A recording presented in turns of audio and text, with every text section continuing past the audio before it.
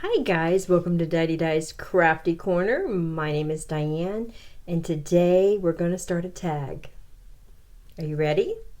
Okay, so I came up with this idea. You know, everybody is doing the doing tags right now, and I thought how great would it be if we just in our little crafty community started this tag. I'm going to hashtag it so it's easier to find because I am going to be giving away some prizes. I'm going to show you a few of them today. And the name of this tag is going to be hashtag 10 crafty tips or tricks tag. Kind of a little play on trick or treat for Halloween. So it's hashtag 10 crafty tips or tricks tag. And we're going to be running it through today through October 31st. And on October 31st, we will choose a winner. Okay? And then we may do it again after that, okay? So this is what you've got to do. You've got to come on and either face-to-face or on camera somehow, paper, voice, whatever you want to do. And give us your 10 most used tips or tricks for crafting, whatever crafting you do. So it's in whatever area that you do it in. Okay, so I've got my 10 already typed out in big, bold letters so that I can see them without my glasses if I wanted to. And I'm going to kind of just go through and show you each one of them. All right. Now, I got the puppies with their Uncle Mark right now because it's still, you might hear thunder. It's still going out there. It comes and goes. And he's out there with them now. So, and what else? All right, so let's just get started. All right, so my eyes are watering like crazy today. My very first one. Okay, so my very first tip is, you guys know I'm crazy about this art glitter glue. What I'm not crazy about is this tip. It constantly gets clogged on me. And that's my own fault because I tend to work for hours at a time and leave this little pin off of this little tip. And that happens with all of your stuff. It can happen with glossy accents. It can happen with your Nouveau drops, which isn't really that big of a deal. But glossy accents, especially the small and the large bottle. It happens with my Ranger multi-medium that I have the fine tip applicator on. It can happen with all of those, but this is the biggest culprit for me because this is what I use the most often. And although I burp it when I'm done and I put the lid on it, because I tend to sometimes walk away from it and you know, go answer the phone or go do something or go tend to a child or something, it gets clogged up. And so normally then you would take your lid off, go put it under a faucet sink, clean it out. It can take up to 30 minutes or more just to get all the glue and the gunk out of there. You'd use a pin, push it through, clean it really good and all of that. I found a tip, a little trick that makes it so much faster. And you're going to be so surprised by this. It's a medicine syringe. It's one of those little, this one came from CVS Pharmacy, but it's one of those little syringes you get with your kids' medicine. And all I do is I go ahead and I clean out this tip with the needle on this end. I open it up, run it full of hot water, as hot as I can stand it. Run it through, fill this with hot water. I stick the syringe straight up in there like that. I push it through a few times and it is crystal clear all the way through. It pushes all the gunk out really quick. It takes seconds instead of minutes. Tip number 1, go get yourself a syringe to clean out your, works well with the glossy accents ones as well, as though I don't have as much problem with those because usually after I burp those, they stay pretty good. But this one I tend to walk away from. So this, it's my own fault, but it's a good, fast way to clean them out. Okay. Number 2, I'm calling it my paper trick. And the reason I call it a paper trick is because I'm very, what's the word? Crafty about saving paper, not about hoarding it. I believe in using it. but I don't want to waste it. So when I'm doing a, I know I told you guys if you could see my desk. When I'm doing a card, woohoo, I found one.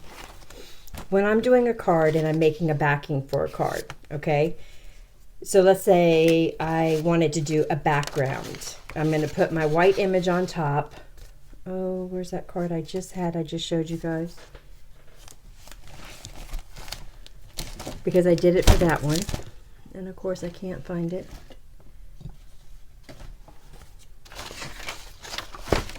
I did it for this one too. Okay, we'll use this one. Okay. So you see how this has a blue, and then it has the orange, then it has my white.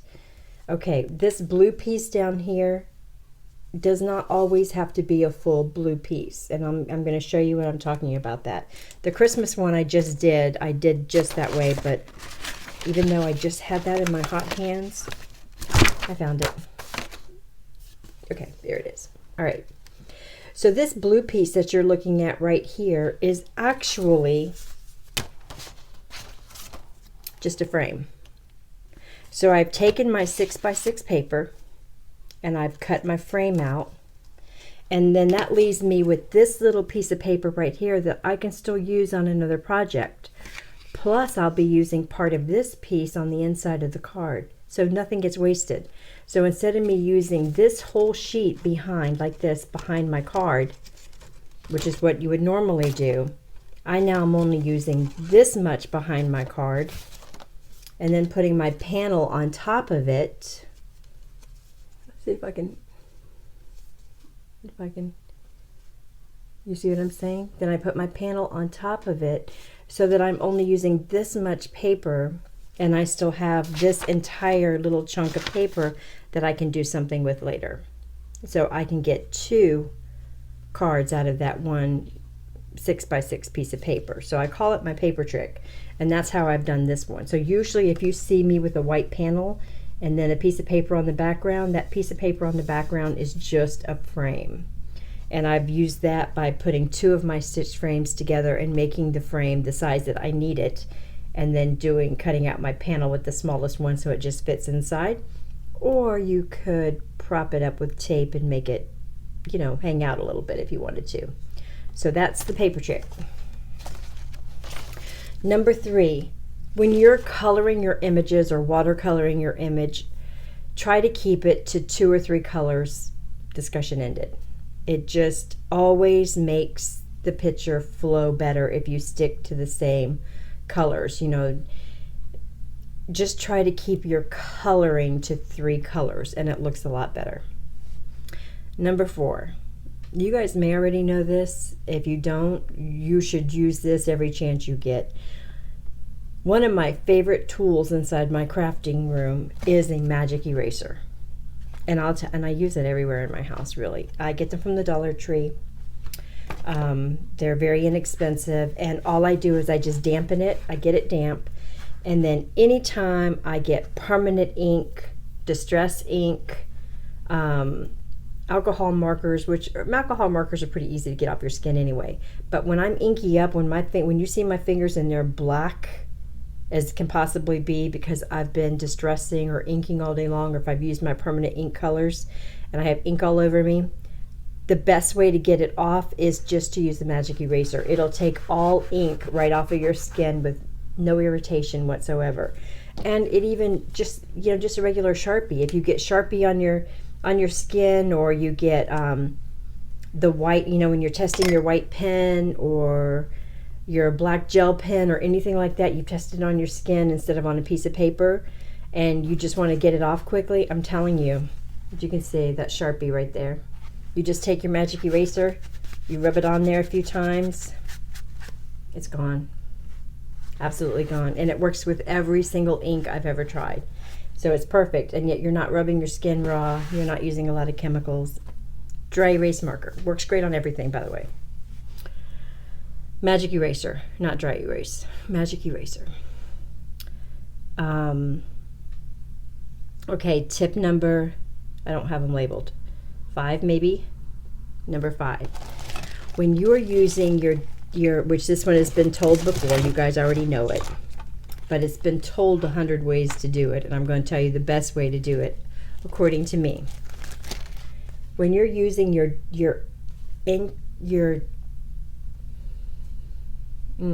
not sure I can say the word.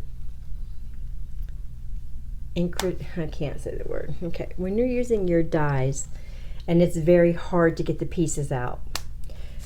If you use dryer sheets in your dryer, if you use Bounce or Downy or whatever it is you use, the little dryer sheets, when they're used, don't use a new one, and I'm going to tell you why. If you use a new one, then that scent and that chemical that's on them will stick to your card, and then you're going to have to rub all that off your card and before you use it. Plus it's going to give a scent to the participant that you're giving it to, and they may be allergic. So, think about all those things when you're doing your crafting. So what I do is when I use them, I keep a baggie right on my cart where I keep the dies that I use most often. And I just take one, and then before I use my dies, because like these, normally you got to sit here and poke all those out afterwards. It'll come out of these Gina Marie dies are fabulous. It comes out of the paper, no problem.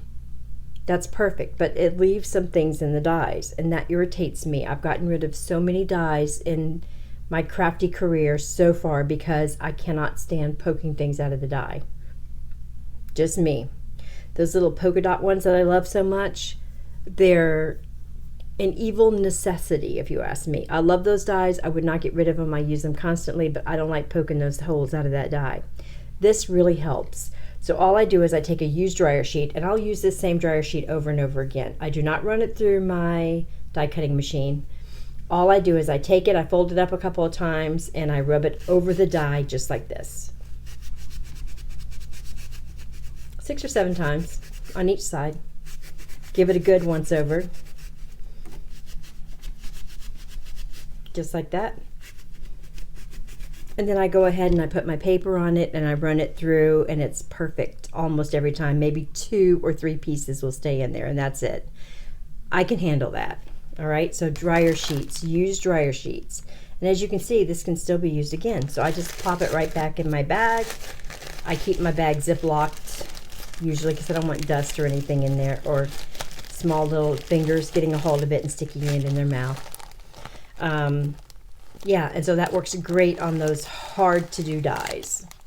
All of them. Anything you don't want to pick through, okay?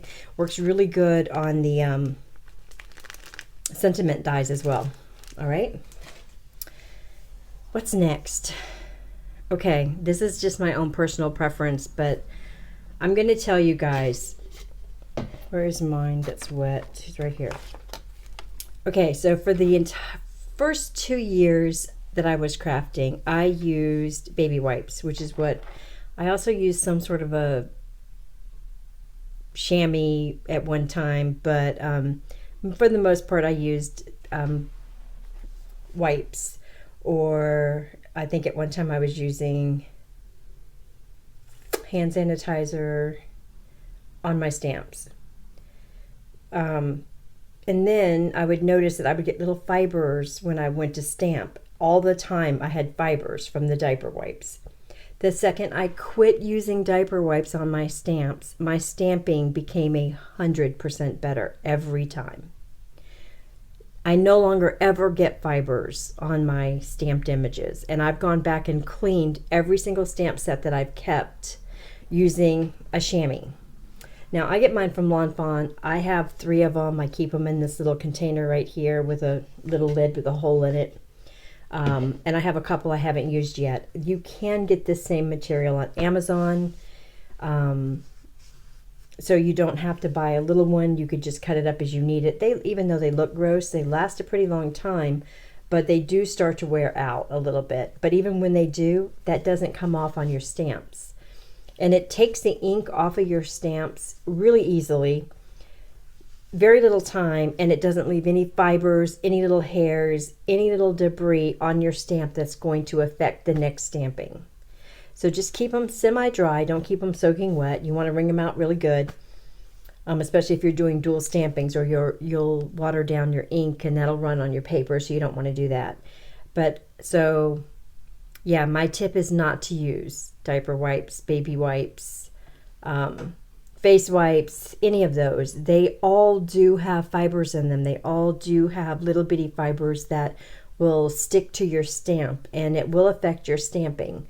So if you're finding yourself not getting a good stamp, you're seeing little lines or little hairs on your stamp after you've stamped it, I guarantee you it's what you're cleaning your stamp with. So invest in a little stamp chamois. You will thank me later, I promise. Okay, next. Stickers or glossy accents to change plain sequins. I do this all the time. When I put my sequins on my card, sometimes I just use a sequin. That's it. I just will use the sequin. And I always sound like that word sounds funny when I say it. But when I use a sequin on a card like I did for this one's just a plain sequin. Doesn't have anything on it. But a lot of times I will take my glossy accents, or I will take my Nuvo drops, or I will take stickles, and I will fill the entire sequin up. Now the nice thing about the clear Nuvo drops or the glossy accents is that it won't change the color of the sequin. So you'll just get, it'll now look like an embellishment, like a little bead almost. It covers up the hole in the sequin, gives you the same color, but it looks like a little jewel. But if you want to change the color, or if you want to give it some sparkle or a little more dimension than using this, for sparkle I would use the stickles. I've been using my stickles like crazy. This is the second bottle. This one is, I don't know what this one is, but you know, it's the shiny one. One of the shiny ones. The diamond, that's what it is. And also with the Nuvo drops, they make a big head on top of the sequin and gives it a nice pearly look.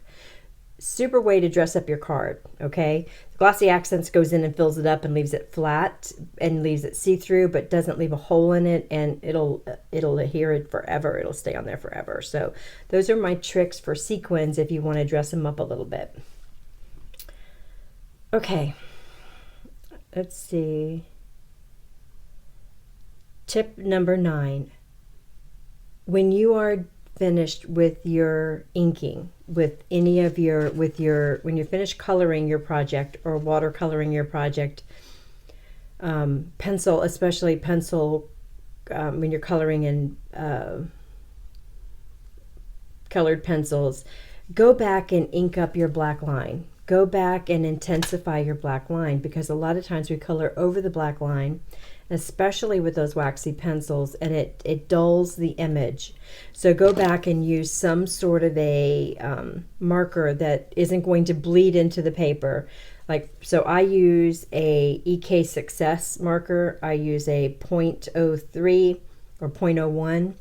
And the same thing with my Copic multiliner. I use a 0.03 or 0.01. And I grab for both of them equally. So they're both in my bowl. I don't really care which one. They seem to do the same trick. Neither one of them bleed with Copic, so I like them both equally.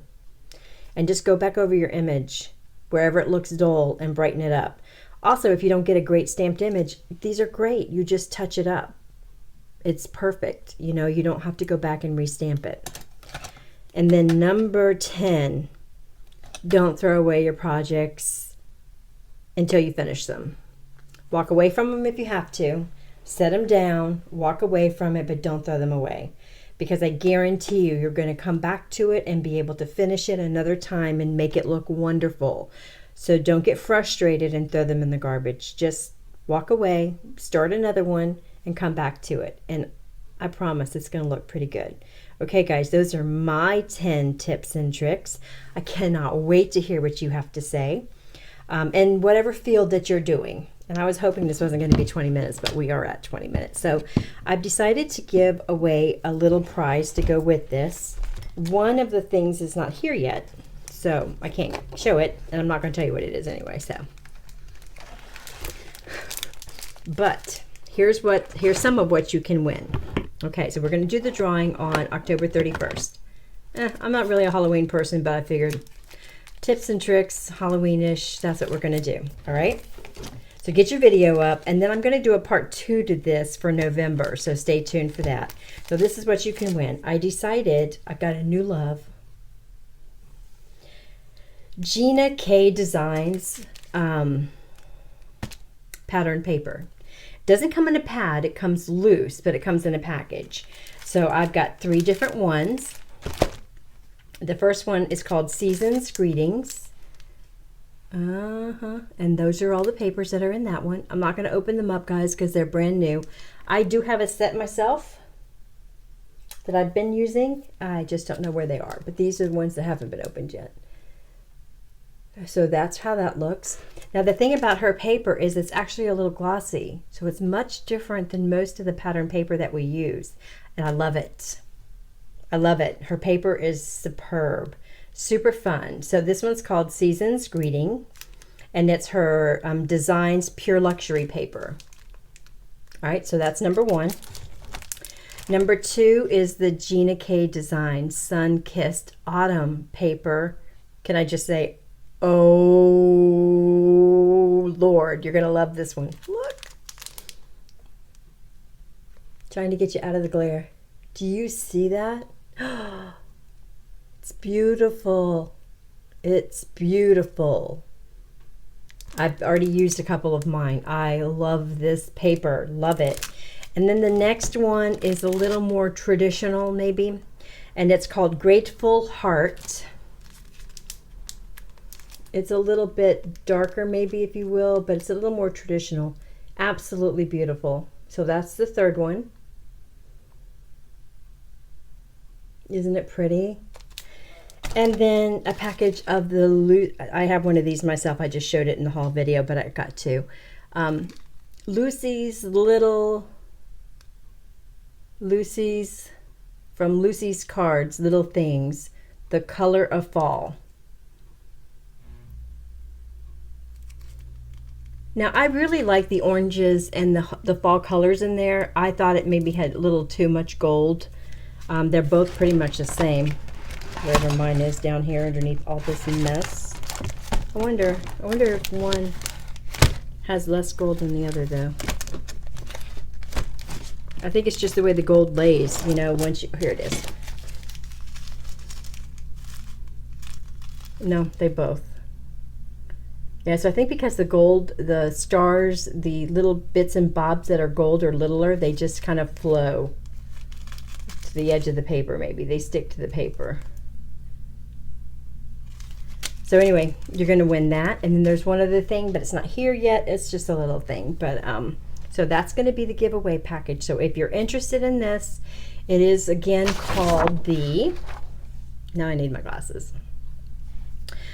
We're going to do a hashtag. The reason I do the hashtag is because then it's very easy for me to go back and find the who did it to pick a winner. And I'm going to sneeze.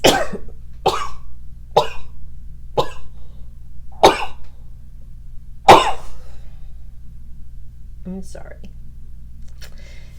Told you the trees are doing the yellow stuff right now and I'm super allergic. Okay, so hashtag 10 crafty tips or tricks tag. That's what we're going to call it. Okay, and it's whatever craft you do. So it doesn't have to be specific to card making or journaling or clay or whatever. It's whatever you do, and it's your, and if you can't come up with 10, do what you can come up with, but you know, try to do 10 would be great. Things that you do that you think would help other people do what you're doing. Okay, and like I said, we'll be watching and commenting, and when you guys see this tag going up, please subscribe to the person who's doing the tag. If they're in this group and you haven't subscribed, please subscribe to them. Let's show them some love. Get them aboard in our little group. It's, you know, we're having a lot of fun. Let's get everybody involved that we can. And I'm so interested to see, I know you guys, my hair is a hot mess. So interested in seeing what you guys have to say. The hair thing is because I went to bed last night with wet hair. I didn't even brush it. I basically got out of the shower and I finger combed it. I did that and I went to bed. So It is sticking up and it's a hot mess. It's not even, I don't have that kind of hair you get a brush anyway, really. It just kind of does its own thing. Never gets tangles or anything. So yeah, it's a hot mess today. Okay, stay tuned for the Susie update. And then I will see you guys Wednesday for Win It Wednesday. I hope I see you before then, but at least by Win It Wednesday. Okay? Bye, guys.